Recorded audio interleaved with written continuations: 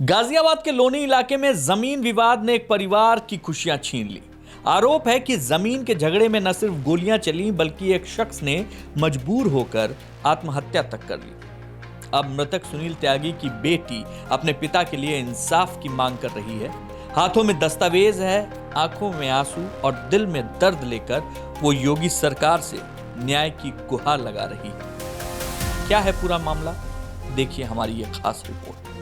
ये वो बेटी है जिसकी दुनिया एक पल में उजड़ गई। आरोप है कि जमीन के विवाद से त्रस्त होकर एक शख्स ने आत्महत्या कर ली।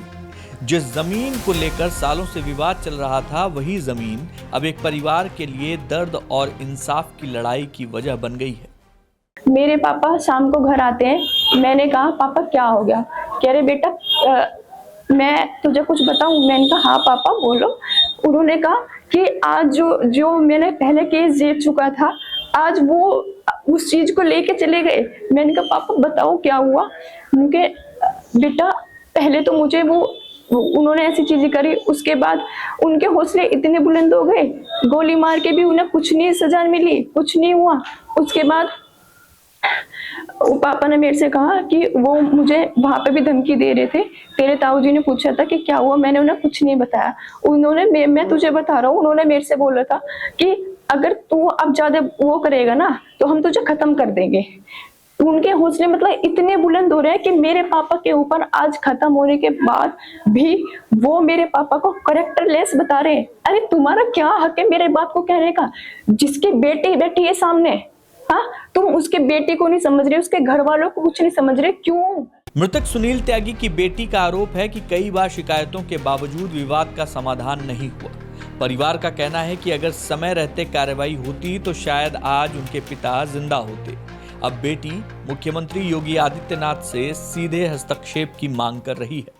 मेरी सरकार से हाथ जोड़कर विनती है, मैं पैर तक पकड़ लूंगी, पर प्लीज अब मेरे पापा मेरे साथ नहीं है। हमें न्याय चाहिए, हमें कुछ नहीं चाहिए।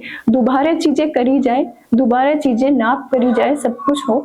मेरे पापा ने मुझसे ये भी कहा था कि बेटा अगर हमारी जमीन में से थोड़ी सी भी जमीन फालतू निकलेगी ना, मैं हंसी खुशी दे दूंगा, पर मुझे इस चीज से छुटकारा दिला दो। आए दिन मुझे धमकी दी जाती है, किस लिए, क्यों देते हो? हाँ, सरकार प्रशासन किस लिए बनाई है? आम नागरिक का प्रशासन आपका सपोर्ट कर रहा है, आपकी सुनवाई हो रही है? मेरे पापा की किसी ने सुनवाई नहीं करी। मेरे पापा आए दिन कोर्ट में गए, लखनऊ तक गए, माननीय प्रधानमंत्री योगी आदित्यनाथ सबको एप्लीकेशन मतलब जो भी भेजी जाती है वो प्रोवाइड कराई। उसके बाद भी हमारी कोई कार्रवाई नहीं हुई। 2 बार मेरे पापा लखनऊ गए, 3 बार, तीसरी बार भी मेरे पापा लखनऊ गए, वहां से भी कोई कार्रवाई नहीं हुई। परिवार का दावा है कि उनके पास जमीन से जुड़े तमाम दस्तावेज मौजूद हैं। यही वजह है कि अब वो प्रशासन और पुलिस से निष्पक्ष जांच की मांग कर रहे हैं। घटना के बाद इलाके में भी तनाव का माहौल है। तो इसी जमीन के विवाद पे हमने कोर्ट में भी केस लड़ा। वो केस भी हम 24 में जीत गए। हमारी जमीन 853 है, 851 भी हमारा नंबर है, उससे लगा हुआ। उसके पूर्व में 854/1261 सरकारी भूमि है। उस पर गांव के कुछ भूमाफिया मिलकर और तहसील प्रशासन, पटवारी, राहुल राठी इसमें पूरा इन्वॉल्व है। उन सब ने मिलकर उस पर कब्जा किया हुआ है और उस जमीन को हमारे 853 में नाप देते हैं। ये प्रकरण था पूरा पहले से। और जो 854 है उसमें भूमाफियों के कब्जे करवा रखे हैं। ये प्रकरण है।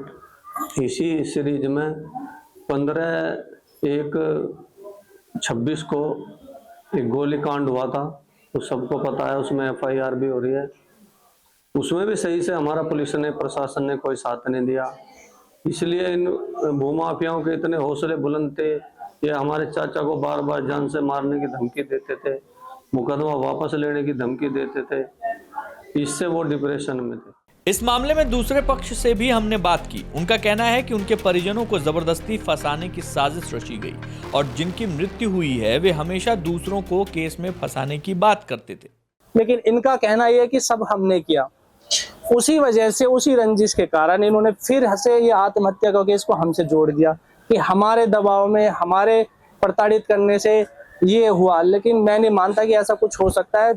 सुसाइड नोट बनाया, उसमें हमारा नाम लिखवाया। वो एक अनपढ़ व्यक्ति था। अनपढ़ व्यक्ति एक इतना लंबा फर्रे का लगभग 12 बाई 6 की सीट पे आत्महत्या सुसाइड नोट नहीं लिख के जाएगा। उधर पुलिस का कहना है कि मामले की जांच की जा रही है और जो भी तथ्य सामने आएंगे उनके आधार पर आगे की कार्रवाई होगी। लेकिन परिवार का सवाल है कि आखिर उनके पिता को न्याय कब मिलेगा। एक तरफ पिता को खोने का गम, दूसरी तरफ इंसाफ की उम्मीद। सवाल यही है कि क्या इस बेटी की पुकार सत्ता के गलियारों तक पहुंचेगी? क्या दोषियों को सजा मिलेगी और क्या वाकई न्याय मिल पाएगा? कैमरा जर्नलिस्ट लोकेश ठाकुर की रिपोर्ट, न्यूज़ पथ भारत।